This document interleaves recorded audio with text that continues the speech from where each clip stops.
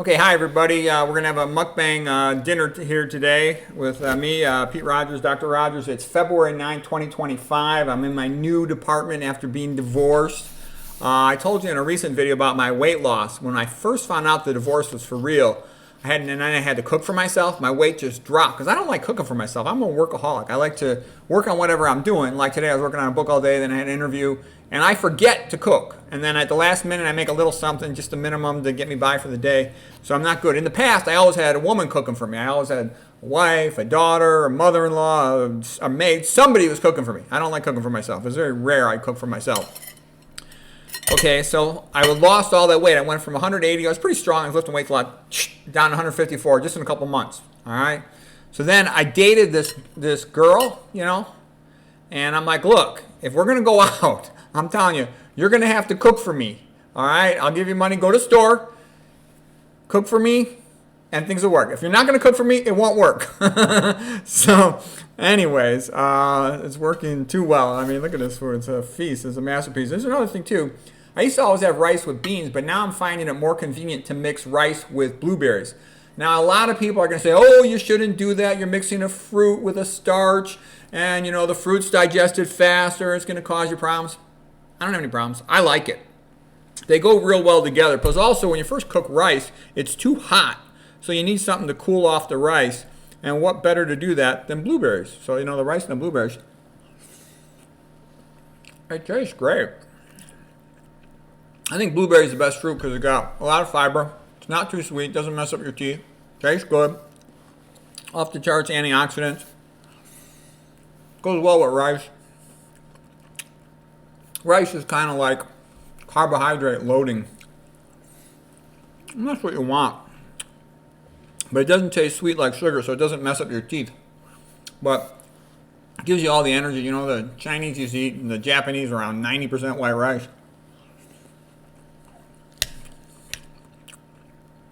I guess they made up for it with their other fruits and vegetables, that they still got enough nutrients.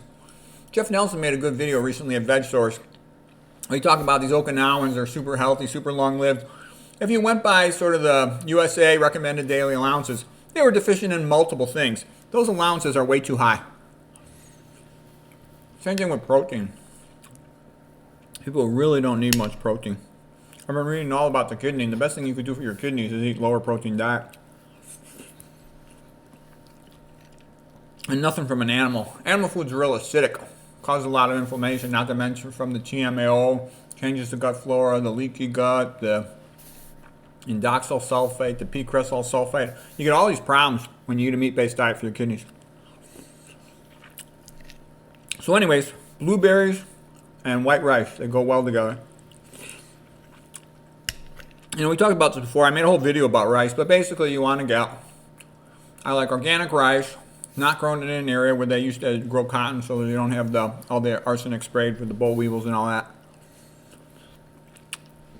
You can go check the website of a lot of channels. For example, I made a recent video about some rice growers and how they claim their arsenics are real low. Then it kind of becomes a question of what country do you trust, and do you trust the rice from China lowest? Do you trust it from India? Do you trust it more from USA? I would say out of those three places, I trust USA the most, even though I don't always trust USA. I think that's the best that I know. I heard of some other people talking about rice from other places to lower arsenic, and the arsenic in rice is not that bad in white rice. So there's less in white rice than brown rice. That's why I eat white rice instead of brown rice. And in a sense, what I'm doing is loading my glycogen for the next day. I want to have enough energy. I only eat an OMAD diet, 1 meal a day diet. I want to have enough energy that I can work all day intensely. Other people say they get hungry. I don't get too hungry. Sometimes I'm a little tired. I should go to bed earlier. If I'm tired, I'll just guzzle down a beet juice, like 32 ounces of beet juice. I like beet juice. I see it as like a caffeine substitute because it's give me a beet juice, closer. Because I guzzle it down. It's simultaneous. Number one, it hydrates me. Number two, it's got all the nitrates. Bicyclists on stationary trials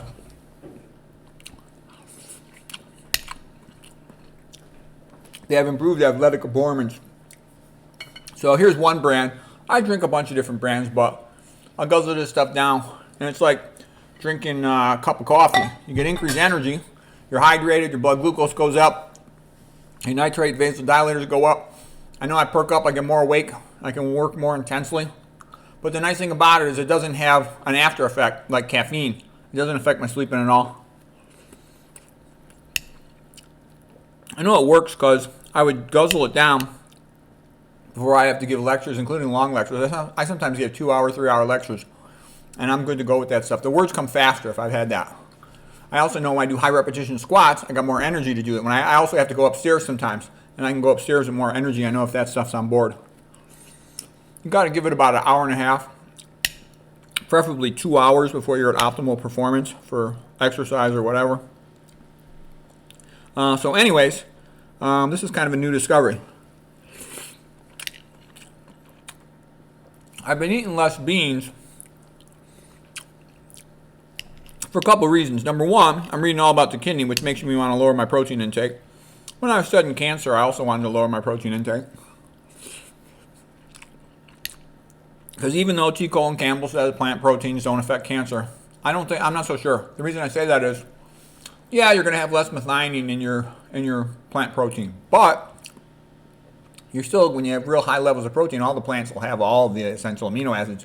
You're going to get more of that particular protein. So one way to lower your methionine is to lower your entire protein intake.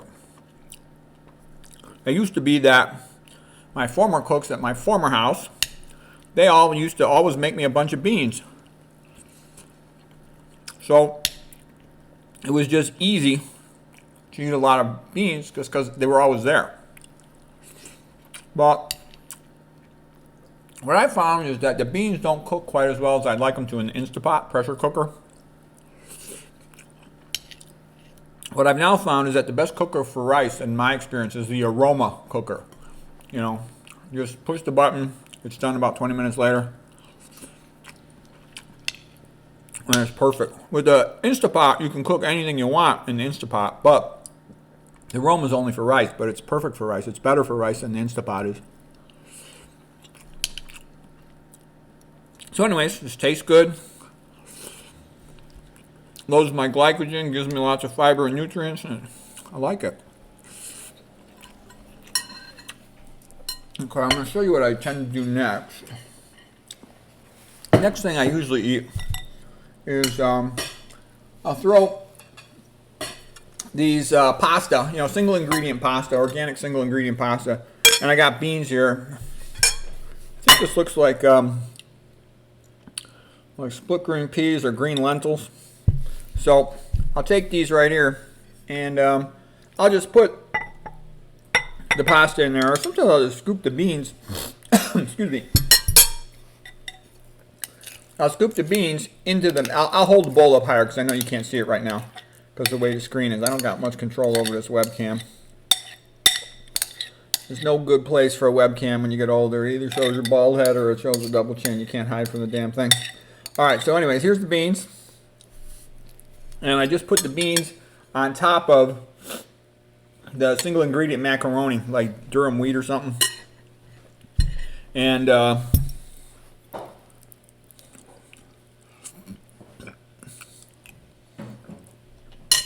basically I just mix the beans together with the macaroni, and or I guess you call it pasta. And it goes real good. Tastes good. They go well together, but I'm eating a lot less beans, sort of like half a cup a day.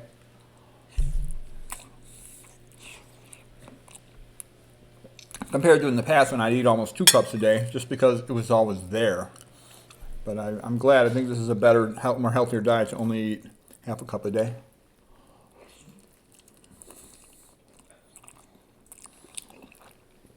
The beans do have prolonged satisfaction of hunger. So if you're going to do an OMAD diet, because they have so much fiber, I think they make it easier to not get hungry. I'm so used to it. The thing that can get you in trouble too is if you eat a lot of sweets, you can get rebound hypoglycemia. So anyways, this diet, there's tons of fiber in beans.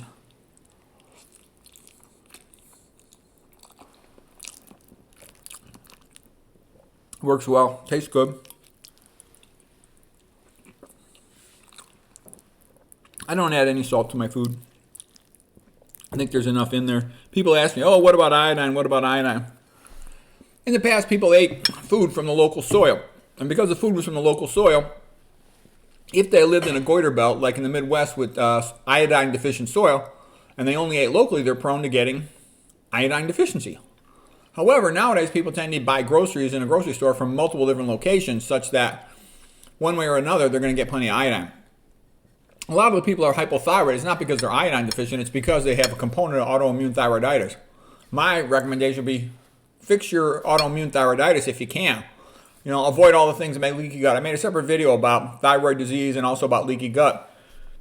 There's about 25 different things that cause leaky gut. Main one is a lack of dietary fiber and an excess intake of fats, like sat fat, for example. But first thing to do is try to fix a leaky gut, because that'll potentially, you know, prevent you from progressing if you got a Hashimoto's or a Graves thyroiditis or any other type of autoimmune disease. And then I would avoid all the goitrogenic foods. You know, I'd avoid things like F-. I'd avoid bromine exposures.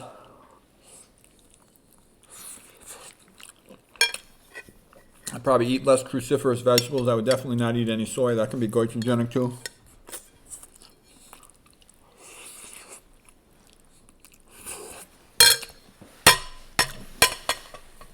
Okay, I'm going to show you my next food here.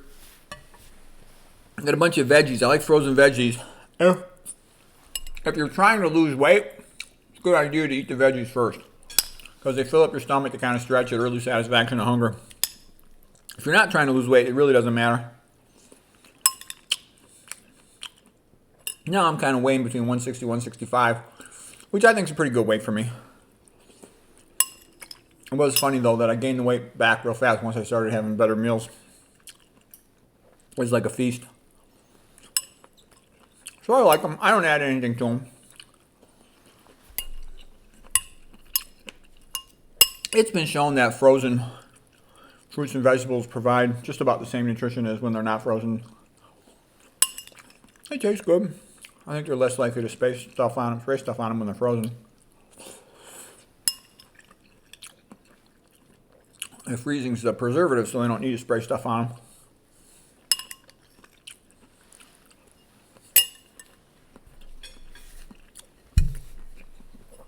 Okay, so next thing here. Oh, I don't know if you saw them. Did I show them to you? Here's the basic, what they look like, frozen veggies. And I showed you my beans and pasta. Okay, now I'm going to show you what I'm eating next here. I'm going to have a bunch of sweet potatoes. Because I only eat once a day, called the OMAD diet, 1 meal a day diet. I eat a lot, you know. I usually watch a video while I'm eating, talk a little bit, or I will, sometimes I'll just read a paper on the computer, you know. The best way to read scientific papers, I'm finding, is to print them out and then read them in the bathroom. Bathroom is the best place to read. I'm always going in the bathroom for something, to wash my hands, number one, number two, whatever it is. I force myself to read every time I go in that bathroom. And that's the secret of how I get so much stuff read. Because I know I got lots of doctor friends, and almost all of them say, oh, I got no time to read, no time to read. That's where I read in the bathroom. And I read a lot in the bathroom. If I didn't read in the bathroom, I wouldn't read anything. I read in the car. I was listening to an audiobook in the car. And what I do is I take notes. I'll show you what I do. I'll have a note card, and I'll just write my notes on a note card. You know, when I'm in a stoplight. Oh, that was interesting. And I'll write something down. Then when I come home, I'll look it up. Like, for example, I'm reading the book by Nick Lane about mitochondria. And he mentioned that the mitochondria inside of a cell typically run at a temperature of about 10 degrees Celsius hotter than the rest of the cell, which is quite extraordinary. And how do they differentiate their own temperature, make themselves so hot relative to the stuff around it, which isn't quite as hot? I don't know. They must be insulated in some way. But it also made me think that I routinely, when I'm home, I'll have a whole bunch of jackets on myself. A sweat jacket, a t-shirt, in multiple layers, I always want to be warmer than everyone else. And partly it's because I said the rest of my family is a bunch of fat meat eaters and they're all got blubber insulation. But I'm also thinking that I just know from experience, because I constantly am forcing myself to do difficult things intellectually. Like a typical weekend for me might be, I'll say, okay, today you must write a 50-page paper and 50-page chapter. And so I make myself do it. And I kind of know in my own mind, if I don't do it fast, I'm going to do it in 12 hours, 14 hours. No matter what, that's going to be my mission for the day. So what I'm saying is I do all kinds of little things to make myself faster. And I know from experience, when I'm hot, not super hot like I'm dripping sweat, but hot enough that I'm really warm, I just work faster. And I wondered if that makes life easier for my mitochondria. I don't know, but it works for me. Molecules move faster in our body when we're warm, up to a certain point. That's why you get a fever when you have an infection, because your white blood cells, your immune system, they can travel around faster, and they read the other cells by braille. The warmth makes it function better. And I know cognitively, up to a certain point, if you read the papers, they'll tell you students have optimal cognitive function at 68 to 74 degrees.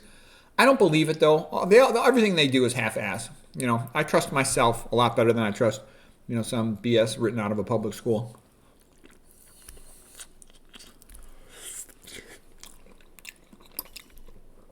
So, right now I'm eating a sweet potato. Sweet potatoes are considered by a lot of people to be the healthiest food in the world, including Dr. McDougall. They got 4.5% of the calories are from protein, which is really low for a starch. Just about the lowest amount of protein in any starch. Rice is about 7-8% of calories from protein. Potatoes, 8 to 9% of calories from protein. Beans are typically around 30% of calories from protein. I forget the exact amount on oatmeal. I'll bet you it's around 15, but I don't remember exactly. I don't eat oatmeal too often anymore. I used to eat it when I ate lunch, but I don't like to eat oatmeal at night because it's such a wet food. The water comes off it fast, and then you got to wake up the void.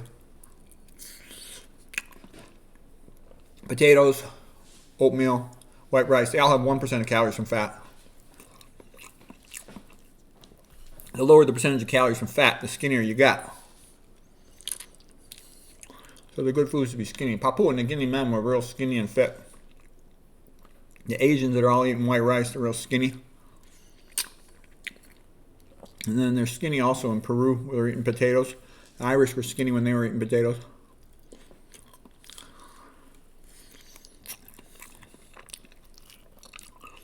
So yeah, the less percentage of calories you get from fat, the skinnier you are.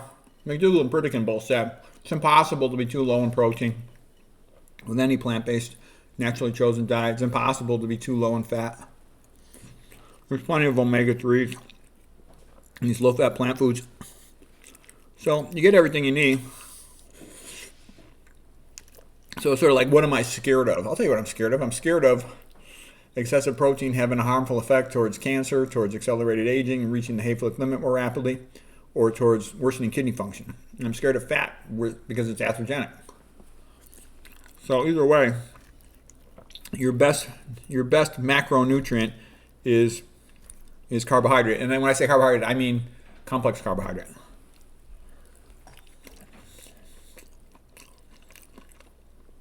Which means starch. Just to use your word to say starch. And starch, of course, is potatoes, sweet potatoes, rice, beans, quinoa, then the grains, wheat, and the variants on wheat, the durum, the sorghum, the millet, the amaranth, all that stuff.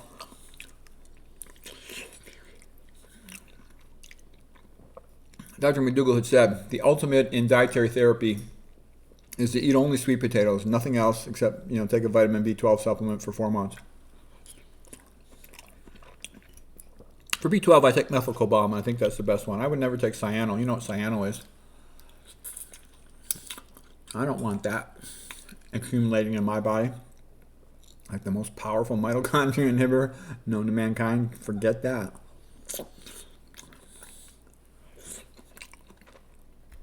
When you take a B12, you can just check your levels, and you know if it's working because your levels will be what they should be. If it wasn't working, your levels wouldn't come up. I also look at how I feel. If I feel good, and and I push myself. I challenge myself a lot. I'm always going upstairs fast, challenge myself intellectually. The benefit of doing that is if my performance drops, I think I catch it a lot faster than most people would. Because when you're pushing yourself, if something goes wrong, you'll know. You'll know because you're near your max. If you never push yourself, you could have a significant problem and not know it because you don't challenge yourself. You bring it out. I eat the skins.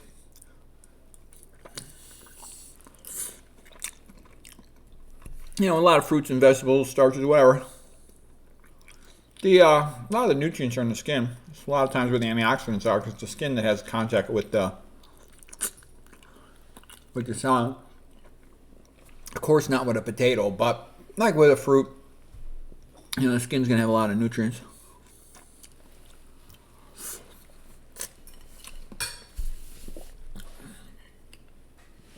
And then to finish the meal, I usually finish it off with a salad. So I always get, you know, some type of organic salad.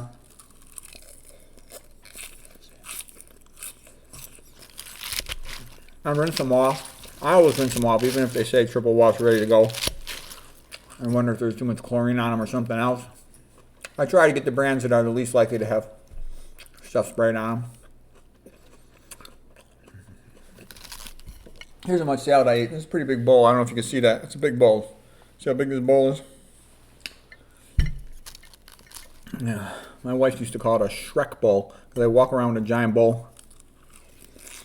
I can also tell you know, I'm 61 years old. I don't have any health problems. I don't take any medicines. I got lots of doctor friends that are on a bunch of pills. I could even tell you the smartest doctors, the AOAs. The top 10% of the medical class is the AOAs. The AOAs, a lot of them, the men and the women, they're fat, pre-diabetic, diabetic, hypertensive. You know, they got problems because they don't eat low-fat vegan.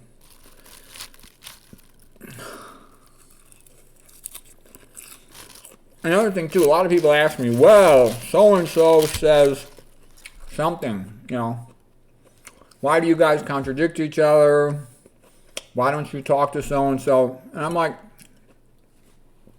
just so you know, I'm in the school of low-fat vegan out of the school of McDougall, okay? Out of the school of Kempner and Burkett and Pritikin and Roy Swank, okay? And I'm also of a mind to respect the work of, you know, like Gregory Sloop and high blood pressure solution, Richard Morris. So why do I tell you that? And Caldwell Esselstyn, because low fat is the way to go, okay? There's real benefits to doing that. And like McDougall had said, don't even talk to me if you haven't read Kempner and Burkett and Pritikin, okay? It's like if you haven't read Kempner, Burkett, and Pritikin, you don't even have a foundation to really speak about nutrition. Because there's always some new chump of the month comes along and says, oh, well, I heard olive oil is good for you or some other nonsense. And there's always going to be the food companies are going to publish fake studies. They're going to buy the journal, buy the scientists, and publish fake studies to say whatever they promote is good. And then you have a scapegoating whereby, you know, somebody who wants to promote meat, they're going to say the biggest problem is high fructose corn syrup and then also omega-6 fats. And then if you got somebody who's trying to promote the vegan version of the Mediterranean diet, they're going to tell you, oh, omega-3s are good for you. You should take those. Or olive oil is good for you or something like that. So I think all fats are bad. And I don't think there's anything magic about nuts and seeds. I recommend avoiding all that extra fat. And I also am of the mind that you can't do stuff in moderation. It sounds nice, but in my experience, most people who say they're going to do something in moderation, they end up screwing up. They eat too much fat and they get sick and their kidneys going down the tubes, their diabetes gets worse, you know, they stroke, they have a heart attack, and they just do poorly. The proper attitude is not, what can I get away with? The proper attitude is, how can I optimize everything? And then check your labs. If your total cholesterol really dropped low, let's say it's down to 110, your endurance is off the chart, you go, oh, well, I can maybe have a little bit of this or that, but get yourself sort of at a safe level, and then talk about lightening up. The proper attitude is not to say, oh, well, I don't want to give up olive oil or some other nonsense. The proper attitude is to say, You mean it's not inevitable that I have to become fat, sick, and stupid like almost everybody else after 60? No, I can still be strong and healthy like the Okinawans doing push-ups in their hundreds, but you got to eat the right way. Okay, so the proper attitude is, thank you, God. I don't have to get so fat and sick and stupid like all these other people. Thank you for giving me an option. I'll do it. I'll do it. Thank you. That's the right attitude, an attitude of gratitude. Because it's a wonderful thing. I can tell you I studied everything in medicine, and I talk to other doctors too. They say the same thing. There is no medical, surgical, technology, bullshitology that can fix these dietary diseases. That's what, over 70% of the main issues troubling the patients, like it's more like in the ballpark of 80%. They all have the same disease.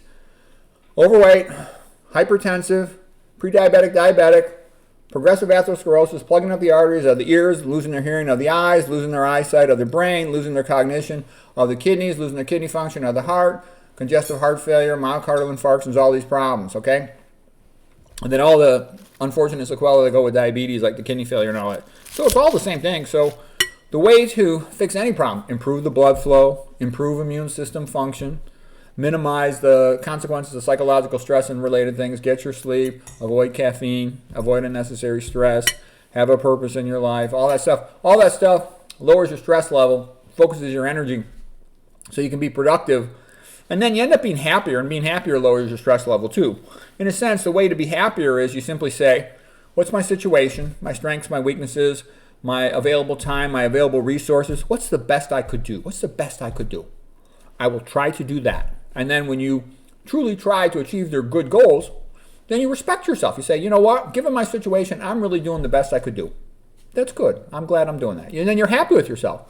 And if you respect yourself, just everything in your life goes better. So that's how you do it. And it's like Schopenhauer said, forget about a happy life. Try to have a heroic life. Because if you focus on that, you'll like yourself and you'll be happier. That's how it works. Like Watson had said, an animal is happy when it does what it's meant to do. A horse is happy when it runs. So what I'm currently doing is I'm writing a book about Christian music, and I really like it. I love Christian music. It's the best music in the world. But it's like this giant leviathan. I can't control it. There's too much. There's thousands of songs, and then how to structure it, how to get them all into one book, how to compress it. So I'm been wrestling with it for the last couple of months, and I finally figured out how to do it. And, there's some disappointment. You can't do everything you wanted to do. I can't make it as beautiful as I wanted to, but it's still good. And so that's kind of like what I wrestled on with it all day. So I said, what a nice day. This is sort of like my life. All morning I'm struggling to make this book work. Then I had an interview. I got interviewed about nutrition and health stuff. I'll put a link to that one coming up soon. And then I have a lovely dinner. So, my girlfriend is a fantastic cook. So it's this is good. Okay, and there it is. So anyways, that's all I'm having, which is more than enough. There's a lot of food. These are big portion sizes, I think she's trying to make me fat so I won't be able to attract any other woman. No, I'm just kidding. I'm just kidding. It's a great dinner. So things are good. I feel very fortunate. Thanks. I hope you found that useful and interesting.